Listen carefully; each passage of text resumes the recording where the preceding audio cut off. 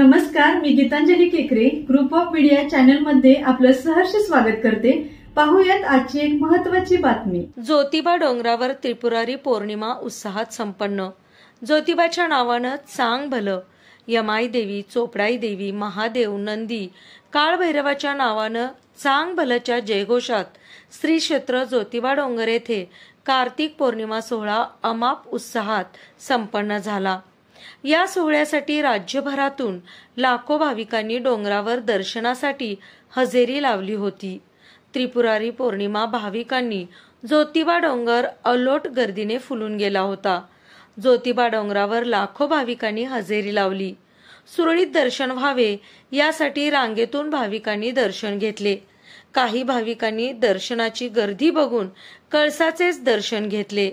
मंदिरात सकाळी पाद्यपूजा, काकड आरती, मुखमार्जन या विधीनंतर मंगलपाठ झाले। अभिषेकावेळी केदार स्तोत्र, केदार कवच याचे पठण झाले। त्यानंतर ज्योतिबा देवाची सालंकृत सरदार रूपात खडी महापूजा बांधण्यात आली।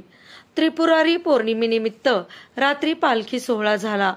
रात्री 8:30ला उंट, घोडे, वाजंत्रीच्या लव्या जमासह पालखी सोहळा निघाला।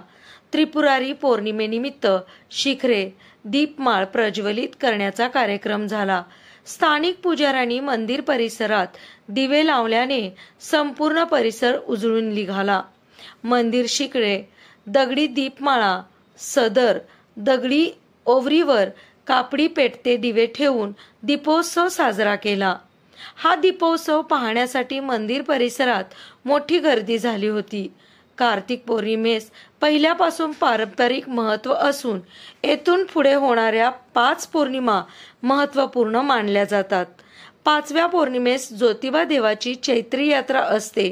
पालखी सोहळ्यास भाविकांनी मोठी गर्दी केली होती। ग्रुप ऑफ मीडिया चॅनलला लाईक करा, सबस्क्राईब करा आणि शेअर करा।